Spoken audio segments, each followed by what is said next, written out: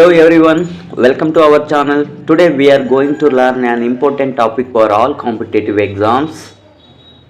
The articles is very important for SSC, UPSC, KPSC, banking, railway, NEET and CT, other exams also.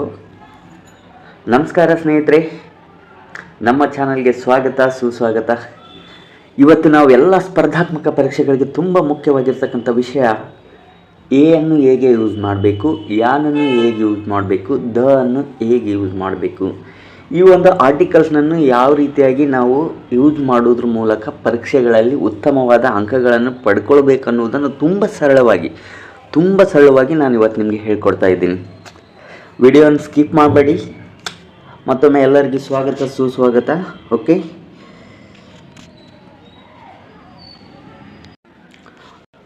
Okay friends, let's start.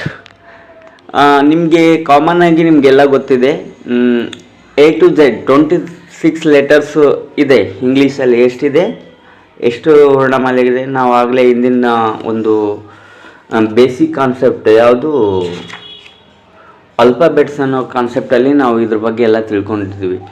A to Z 26 letters, ಹೌದಾ? ಅದರಲ್ಲಿ vowels ಅಂತ ಬರ್ತವೆ. Vowels ಅಂದರೆ ಏನು? ಸ್ವರಗಳು. A, E, I, O ಇವೇನಿವು ಸ್ವರಗಳು, ಹೌದಾ? ಇವು ಸ್ವರಗಳಂತ ಇವು ಗೊತ್ತಿದೆ. ರಿಮೈನಿಂಗ್ 21 ಲೆಟರ್ಸ್ ಏನು? ಕಾನ್ಸನೆಂಟ್ಸ್, ವ್ಯಂಜನಗಳು. ಇಲ್ಲೇನಪ್ಪ ಅಂತಂದರೆ ನಾವು ಓವೆಲ್ಸ್ ಬಂದಾಗ ಏನನ್ನು ಯೂಸ್ ಮಾಡಬೇಕು ಅನ್ನೋ ಕಾನ್ಸೆಪ್ಟ್ ನಿಮಗೆ ಚೆನ್ನಾಗಿ ಗೊತ್ತಿದೆ, ಹೌದಾ? ಓವೆಲ್ಸ್ ಏನಾದರೂ ಬಂತು ಅಂತಂದರೆ ನಾವೇನು ಯೂಸ್ ಮಾಡಬೇಕು? ಆ್ಯನ್ ಯೂಸ್ ಮಾಡಬೇಕು. ಓವೆಲ್ ಸೌಂಡ್ ಏನಾದರೂ ಬಂತು ಅಂತಂದರೆ ನಾವೇನು ಮಾಡಬೇಕು? ಆ್ಯನ್ ಯೂಸ್ ಮಾಡಬೇಕಂತ ಅನ್ನುವಂಥ ಕಾನ್ಸೆಪ್ಟ್ ನಿಮ್ಮ ತಲೆಯಲ್ಲಿದೆ. Okay, sure. ಇಲ್ಲೊಂದಿಷ್ಟು ನಾನು ವರ್ಡ್ಸ್ ಕೊಡ್ತಾ ಹೋಗ್ತೀನಿ ನೋಡಿ. University, unity, usage, unique, umbrella. Yes, ಇಲ್ಲೆಲ್ಲ ನಾವು ಏನೆಲ್ಲ ಬಳಸ್ತೀವಿ? ಏನು ಆರ್ಟಿಕಲ್ ಬಳಸಬೇಕು? A university, a unity, a usage, a unique, an umbrella.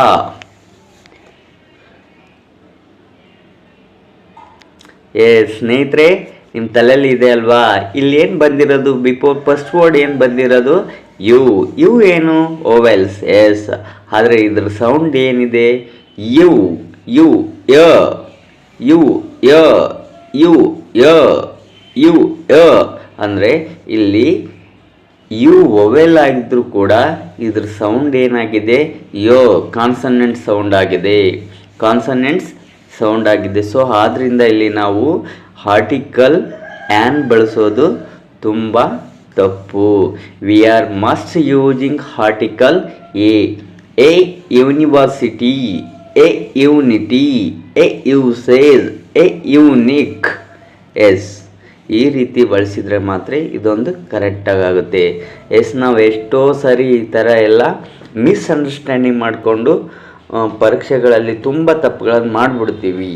So ನಾವು ಇಲ್ಲಿ ಮೊದಲು ಓವೆಲ್ಸ್ಗಳನ್ನು ನೋಡ್ಕೊಂಡು ಕಾಸಿ ಬರೀ ನಾವು ಆರ್ಟಿಕಲ್ನನ್ನು ಐಡೆಂಟಿಫೈ ಮಾಡೋದಲ್ಲ, ಅಲ್ಲಿ ಕೊಟ್ಟಿರ್ತಕ್ಕಂಥ ಒಂದು ಸೆಂಟೆನ್ಸಲ್ಲಿ ಆ ಒಂದು ವರ್ಡು ಓವೆಲ್ ಸೌಂಡ್ ಮಾಡ್ತಾ ಇದೆನಾ ಅಥವಾ ಕಾನ್ಸನೆಂಟ್ ಸೌಂಡ್ ಮಾಡ್ತಾ ಇದೆನಾ ಅನ್ನುವಂಥದ್ದನ್ನು ನಾವು ಬೇಸಿಕಲಿ ನಾವೇ ಪ್ರನೌನ್ಸ್ ಮಾಡೋದ್ರ ಮೂಲಕ ತಿಳ್ಕೊಬೇಕು. ಯೂನಿವರ್ಸಿಟಿ, ಯೂನಿಟಿ, ಯೂಸೇಜ್, ಯೂನಿಕ್, ಈ ರೀತಿಯಾಗಿ ನಾವು ಪ್ರನೌನ್ಸ್ ಮಾಡೋದ್ರ ಮೂಲಕ ಇದೇನು ಕಾನ್ಸನೆಂಟ್ ಸೌಂಡನ್ನು ಪ್ರನೌನ್ಸ್ ಮಾಡ್ತಾ ಇದೆನಾ ಅಥವಾ ಓವೆಲ್ ಸೌಂಡನ್ನು ಪ್ರನೌನ್ಸ್ ಮಾಡ್ತಾ ಇದೆನಾ ಅಂತ ತಿಳ್ಕೊಂಡು ಸೊ ನಾವು ಆರ್ಟಿಕಲನ್ನು ಯೂಸ್ ಮಾಡಬೇಕಾಗ್ತದ. ಓಕೆ ಫ್ರೆಂಡ್ಸ್, ಐ ಹೋಪ್ ಇದು ಗೊತ್ತಾಗಿದೆ ಅಂತ ಅನ್ನಿಸ್ತೀನಿ. I am going for the next topic, article facts, a and the. ಈಗ ಹೇಗೆ ಏನು ಯಾವ ರೀತಿಯಾಗಿ ಬೆಳೆಸಬೇಕು ಮತ್ತು ಯಾನನ್ನು ಎಲ್ಲಿ ಹೇಗೆ ಬಳಸಬೇಕು ಅನ್ನೋಂಥದ್ದನ್ನು ನಾನು ತಿಳಿಸ್ಕೊಟ್ಟಿದ್ದೀನಿ. ಅದೇ ರೀತಿಯಾಗಿ ದ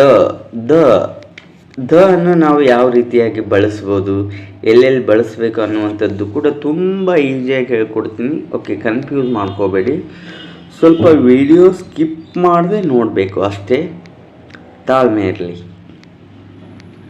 ಓಕೆ,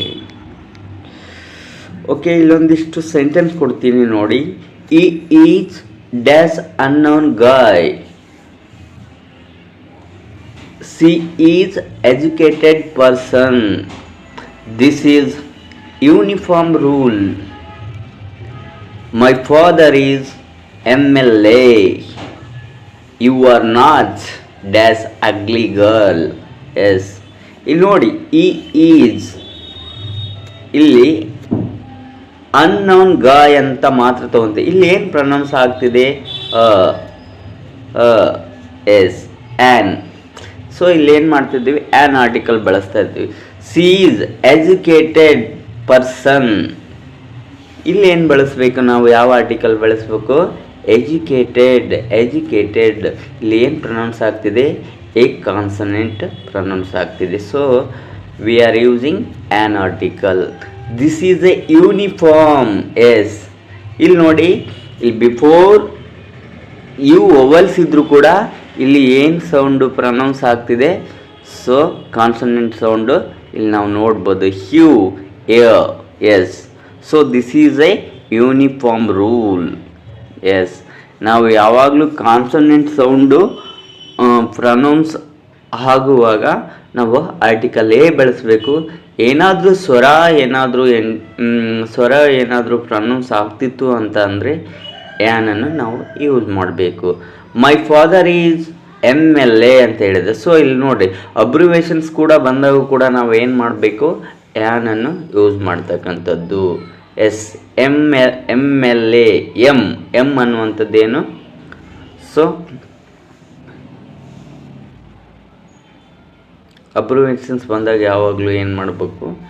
ಆ್ಯನನ್ನು ಯೂಸ್ ಮಾಡಬೇಕು. ಜೊತೆಗೆ you are not dash ugly girl, an. Yes, you are not an ugly girl. ಇಲ್ಲೇನು ಸೌಂಡ್ ಬರ್ತಾ ಇದೆ? ಹ ಬರ್ತಾ ಇದೆ. So we are using an.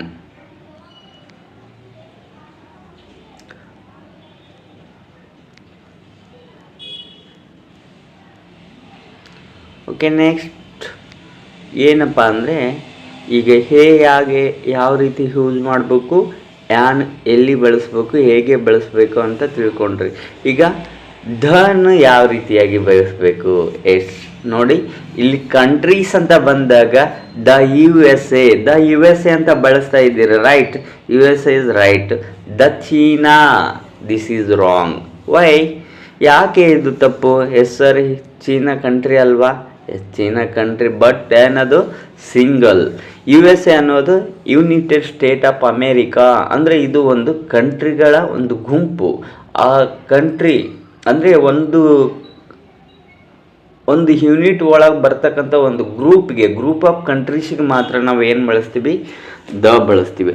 ಆದರೆ ಸಿಂಗಲ್ ಆಗಿರ್ತಕ್ಕಂಥವುಗಳಿಗೆ ನಾವೇನು ದ ಬಳಸಂಗಿಲ್ಲ. ಸೊ ಕಂಟ್ರೀಸ್ ಬಂದಾಗ ದ ಇಂಡಿಯಾ ಅಂತ ಬಳಸೋಕ್ಕೂ ನಾವು ಸಾಧ್ಯನೇ ಇಲ್ಲ. ದ USA ಅಂತ ಬಳಸ್ಬೋದು, ದ ಚೀನಾ ಅಂತ ಬಳಸ್ಲಿಕ್ಕೂ ಕೂಡ ನಾವು ಸಾಧ್ಯನೇ ಇಲ್ಲ. Okay, I hope understand. Next, this is the pen. ನನ್ನ ಹತ್ರ ಒಂದು ಪೆನ್ ಇದೆ. Okay, this is the pen.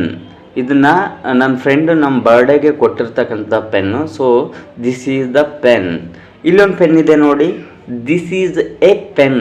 ಈ ಪೆನ್ನನ್ನು ನಾನು ಜಸ್ಟ್ ಯಾವುದೋ ಒಂದು ಅಂಗಡಿಯಲ್ಲಿ ತೊಗೊಂಬಂದಿದ್ದೀನಿ. This is not specific. ಇದನ್ನು ಸ್ಪೆಷಲಾಗಿ ನನ್ನ ಬರ್ಡೇಗೆ ನನ್ನ ಫ್ರೆಂಡು ಪ್ರೊವೈಡ್ ಮಾಡಿರ್ತಕ್ಕಂಥದ್ದು, ಗಿಫ್ಟ್ ಕೊಟ್ಟಿರ್ತಕ್ಕಂಥದ್ದು. This is the pen. So ಇದು ಕರೆಕ್ಟು, ಇದು ಕರೆಕ್ಟ್, ಬಟ್ ಇಲ್ಲಿ ಸ್ಪೆಸಿಫಿಕ್ ಆಗಿ ಹೇಳ್ತಾ ಇದ್ದೀನಿ ಅಷ್ಟೇ. This is the pen. So ಯಾವುದು ಪರ್ಟಿಕ್ಯುಲರ್ ಆಗಿ ಇರ್ತೈತೆ ಅದನ್ನು ನಾವೇನು ಮಾಡ್ತೀವಿ? This is the pen. ಅಲ್ಲಿ ನಾವು ದ ಬಳಸ್ತೀವಿ. ಇದು ನಾನು ಎಲ್ಲೋ ಯಾವುದೋ ಒಂದು ಅಂಗಡಿಯಿಂದ ತೊಗೊಂಬಂದಿದ್ದೇನೆ. This is a pen. ಇದೊಂದು ಪೆನ್ನು ಅಷ್ಟೇ, ಏನು ಸ್ಪೆಷಲ್ ಪರ್ಟಿಕ್ಯುಲರ್ ಆಗಿ ಏನೂ ಇಲ್ಲ, ಏನನ್ನು ತೋರಿಸ್ತಾ ಇಲ್ಲ ಅದು. This is a pen. Okay, the ಅನ್ನು ಈ ರೀತಿಯಾಗಿ ಬಳಸ್ತಕ್ಕಂಥದ್ದು ನಾವು.